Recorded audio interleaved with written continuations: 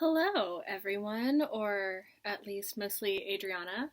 So, I made a post on tumblr.hellscape that said if this post gets at least 10 notes, then I and my very limited video editing skills will post a vlog type thing of me reviewing Halsey's new album, which is called Hopeless Fountain Kingdom and dropped at midnight last night. And here we are. So, I have to now. I really, really love this album. I think the concept is super interesting. I think that the one video that we've had for it so far was maybe not the best life choice that she's ever made, but let's start talking about the album. Okay? Two households, both alike in dignity. Okay, so the first track on the album it's called a prologue, and it mostly consists of Halsey reciting the sonnet that prefaces the play Romeo and Juliet, by Shakespeare, obviously, over spoken music. And I'm not gonna lie, when I heard this for the first time, I said a bad word. Actually, what I said was, shut the fuck up, Ashley. Just because it's so... I don't know, I was, prepared to not like the album after hearing that. It was very, trying very hard and being very pretentious, and I remember coming out of the music video for Now or Never and thinking oh my god, Ashley really saw Baz Luhrmann's Romeo plus Juliet one time and got inspired. And then it turns out that I was not wrong, and that's exactly what happened. So, the prologue track, sounds cool. A little bit of a weird thing to do, but I understand that I am being set up for a concept album featuring star-crossed lovers. So, with that regard, it does the job. Cool. So, the first full track on the album is called 100 Letters, and it is very obviously written from, narrated from the point of view of someone who's experiencing a relationship that is abusive on both physical and emotional levels, and that is very, very in your face about it. And I hadn't been expecting something that overt, but the song itself is one of the things that has always worked the best for me about Halsey is her use of metaphor, and she doesn't bother with that here. It's very stark, almost. It's very in your face. It's please take this seriously, is what I feel like I'm being asked. And I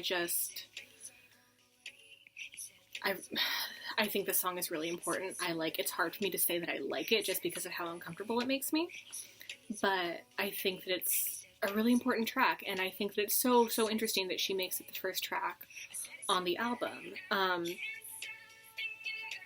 And I also really, really enjoy the repetition in the chorus, because the words are, I can't stop thinking about how I almost gave you everything, repeated over and over. And I just think that for people who are coming out of abusive relationships, whether they're romantic or not, that's a very familiar feeling, just the repetition of I can't believe I almost did this, I can't believe this happened to me, I can't believe I let this happen to me.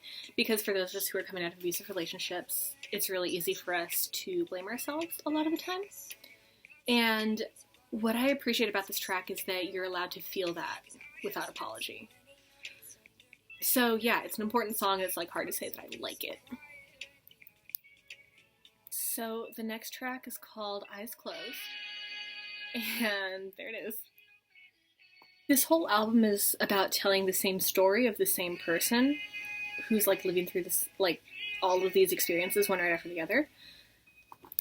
Then this would be the rebound song. And someone just texted me. It was Kelly. Hello, Kelly. The backbeat on this one reminds me a lot of 2000s R&B. And the melody of the chorus over it also makes me think about that. And that's a really good thing, actually. I like the way it sounds. Like, the chorus asks a question in repetition the same way that the chorus of 100 Letters does, which is like, would I have given all of this for you? And it's also really relatable, you know? That's also a thing that, if this is the kind of thing that you've experienced, this is the thought that you've had. So I like the melody. I like the beat. The lyrics themselves, again, because they're so relatable for myself. It's hard to like really say that I like this song, but I haven't skipped it yet, and I listened to this album like 8 or 9 times today, so there's that. So track 3 on the album is called Alone, and like I have it like playing in the background, and you can kind of hear it. It's very like, what era does this remind me of? It's like very 70s, like breakup ballad. I like.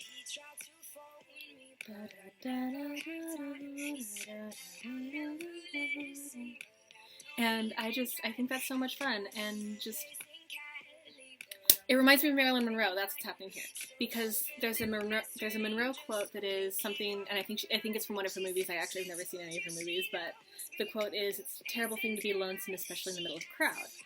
And the song, again, it's called Alone, and it's all about fame being an isolating agent, and the like musical stylings. And I know that I said 70s earlier, and I know that Monroe was not 70s. I'm aware. I know.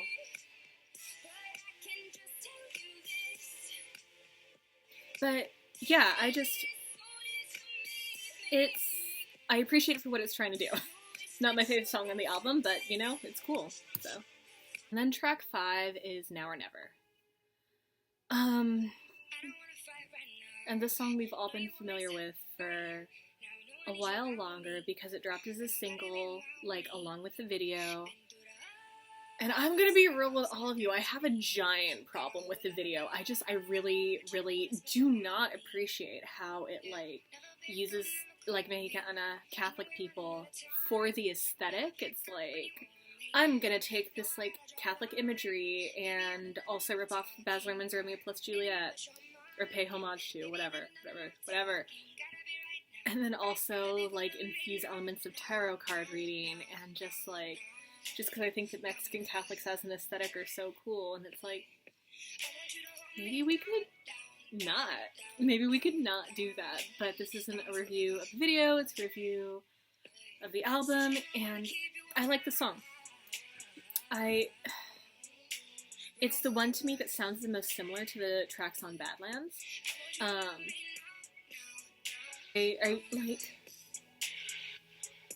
I don't know, the vocal runs are a little weird. There's about to be one.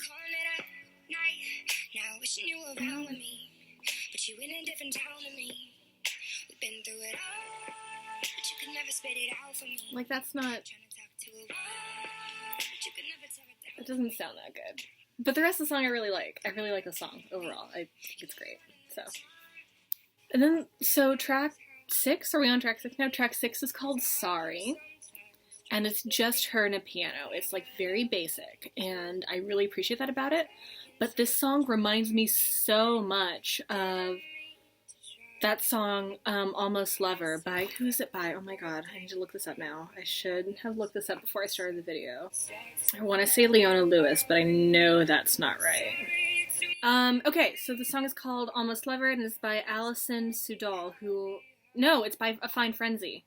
Obviously it's by A Fine Frenzy. I wonder if that's Alison Sudol's stage name. Anyway, so it's just like, I'm so sorry that this, like, did not work out, and, like, someone's gonna love you someday, and it's not me, that, like, and the fact that Almost Lover by A Fine Frenzy is also just over a piano and that's it just, like, immediately reminded me of that song. And again, that's, like, not a bad thing. I don't know if that's what Halsey was going for. If she was, it was accomplished, mission accomplished. It's great. This particular style is not really my thing. But in terms of what it set out to do, it was well done. So, yeah. Okay, so then the next 2 tracks are Good Morning and Lie, and Good Morning leads directly into Lie. And I don't really know why they're separate tracks, because like Good Morning functions so well as an intro to Lie, and Lie is a really short track. But Good Morning creeps the shit out of me. It makes me so uncomfortable. And I love that. Like, listen to this.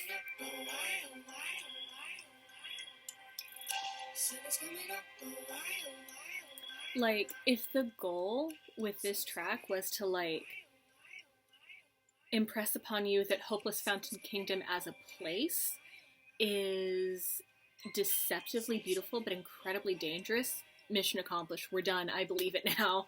I'm on board. I don't know if I believed it before, but I believe it now. Also, if the camera is shaking, it's because, like, I have it stacked onto two books and on top of my mattress, and my elbows resting on my mattress, so that's why it moves a lot. But anyway. And then we go into Lie, featuring Quavo, and so the first time I listened to the song, I was just like mostly listening to the melody, mostly listening to the beat, mostly listening to the production.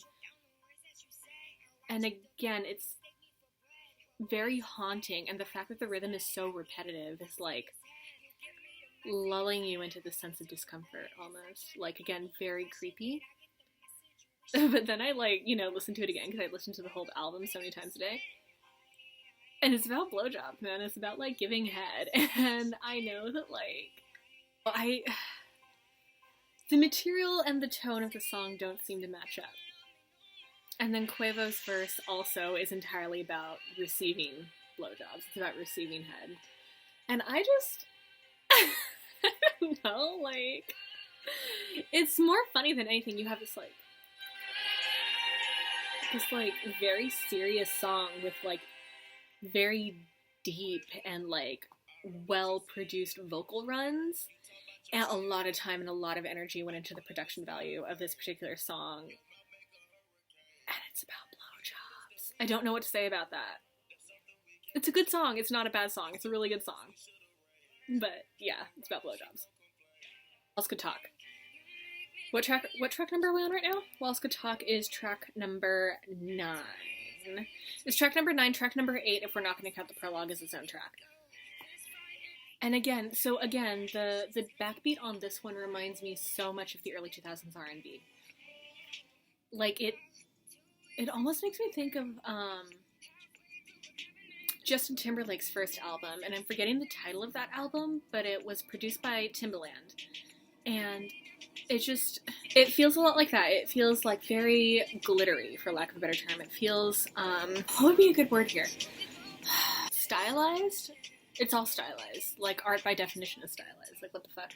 I'm listening to this, and I'm just thinking a lot about, especially Cry Me a River by Justin Timberlake. That's what it reminds me of. And a lot of the backbeats on this album are very similar. I don't think that's necessarily a bad thing when you're going for a concept album. But I do think that she could have taken the whole, like, the unity that you need when you're doing a concept album and taken it, like, a little less seriously. But it's a good song. And now we are on Bad at Love. And this song, oh my god, I love the verses on this song. But I really, really hate the chorus. But, like, the verses are great. She rhymes Michigan with bitch again, and I think that's genius. But I just, like, creeping up on you towards the entire album up until this point, there has been a kind of sense of, like, impending isolation. Like, I know that they're, like, track 2 or whatever is called Alone, so, like, you're being told fairly early on that this is an album written by a person who's feeling kind of isolated.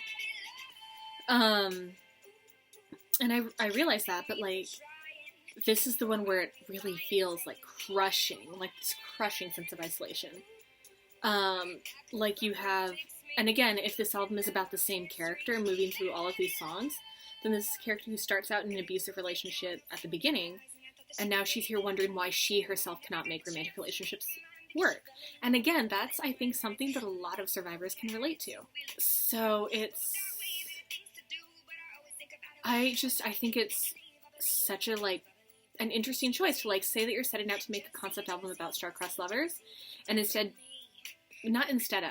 including that, make it about this character who's trying to move on from abuse. I think that's really important because I think a lot of narratives about exiting abusive situations stop at the exit.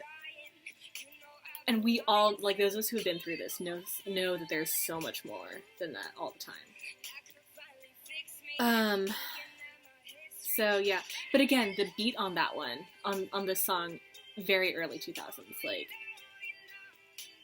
I feel like I've heard this beat before. Not only in the early 2000s, but also earlier on this album. Like, again, I said this about, like, the last one, but a lot of these beats are, like, maybe more closely linked than you would want, necessarily.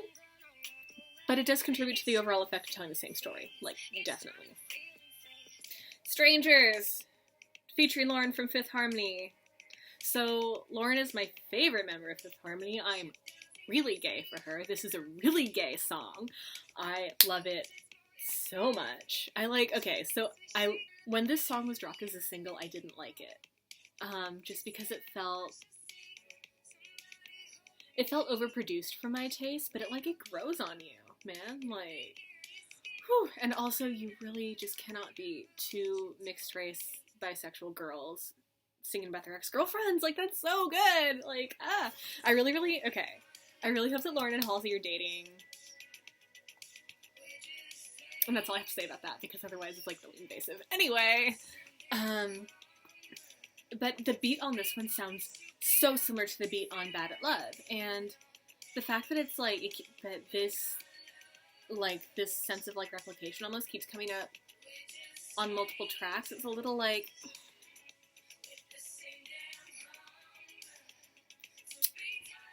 you know, it's been 2 years since Badlands, and that's enough time to come up with more than one backbeat. I don't know what to say. But I love how husky Lauren's voice sounds. Oh my god. I love this song so much. Oh my god. Okay. Devil in Me. Okay, second to last track on the album. I kind of hope that I'm listening to this song wrong,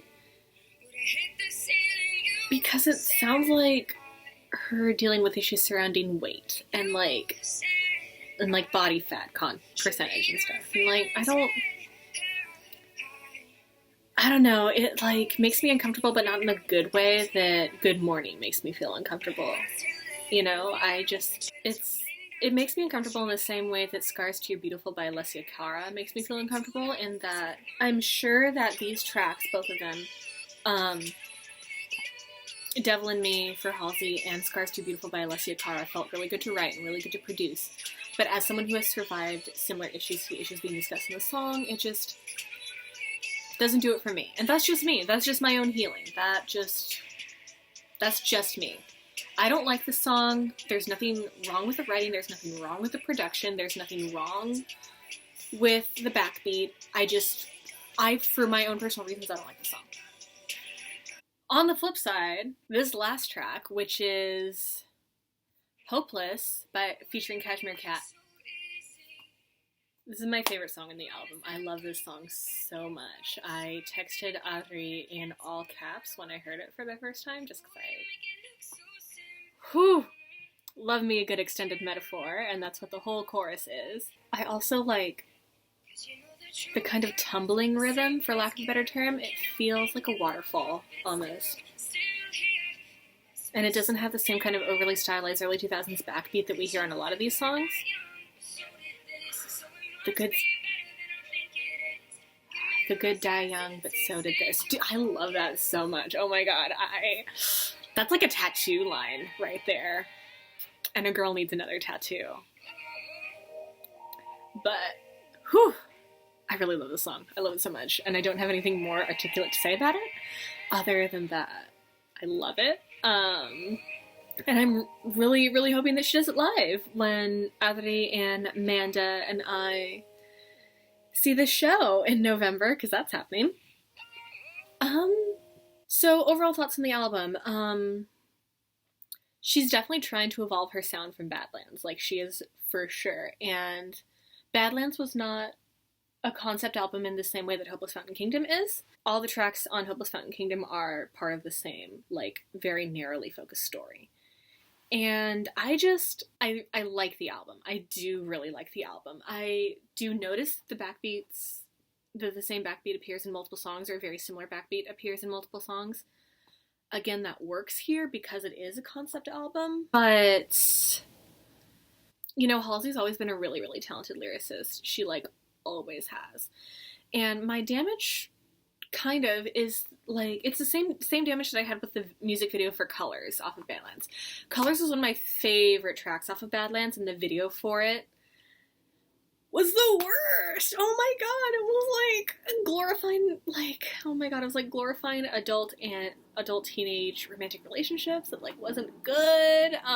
And most of my damage surrounding Hopeless Fountain Kingdom also centers on the video for Now or Never, which is like there's some really, really poor aesthetic choices. And I don't know if the solution is for Halsey to just not do music videos anymore, because like the music itself is so good, and I really do understand that for the story that she's trying to tell, those music videos were a necessary part, and I get that. I just doesn't mean it's a good story. Yeah, so overall thoughts on Hopeless Fountain Kingdom, I really liked it. Again, a lot of the backbeats were super similar, but you listen to it and you understand the concept. You like know what you're getting into. You get the story that you're trying to tell, and some of it was obviously a deeply personal album to write and record and perform, and for that reason, parts of it can be uncomfortable to listen to for people who relate to the experiences described. And again, I would argue that that's a good thing. I would argue that if you are putting art out into the world that people respond to viscerally, then you're doing your job as an artist, and I think that she's doing her job as an artist here. And on a scale of 1 to 10, I would give Hopeless Fountain. On a scale of 1 to 10, I would give Hopeless Fountain Kingdom like a solid 7.5. And the only things that I would really find wrong with it, again, repetition of backbeats, just change it up like a little bit more and we'll be golden. And also, I just like, there were a couple of songs that I just flat out enjoyed more than others, and that's true of every album. It's definitely true of Badlands. Like, for example, I don't really like Roman Holiday, and maybe that's just me. But I think that as an album that sets out trying to tell a story about, because what it feels like is about a story about how folks who are coming out of abusive relationships will always be star-crossed lovers, like regardless of whatever future situations they get into. I don't think that's true, but I think that it's highly relatable. Like, I think that people who are coming out of abusive relationships, and again, I've never been in an abusive romantic relationship, but I've been in abusive relationships, and when you're in the process of recovery, it is very, very likely that you'll feel like you can never be normal enough to have a successful relationship. And I feel like that's the story that we're telling here. And I think that ending with Hopeless, ironically, is very hopeful. I think acknowledging that sometimes bad things happen to good people and you have to figure out a way to like move forward, I think that's important. I don't know, the sophomore slump, it is not real here. So yeah, so that was me reviewing Hopeless Fountain Kingdom, which was Halsey's sophomore offering. I don't know. I guess I'm starting a YouTube channel. That's what this feels like. I have no idea, man. I don't know. But anyway, yeah. My inbox is open if y'all want to talk about any of this. So, yeah. Bye.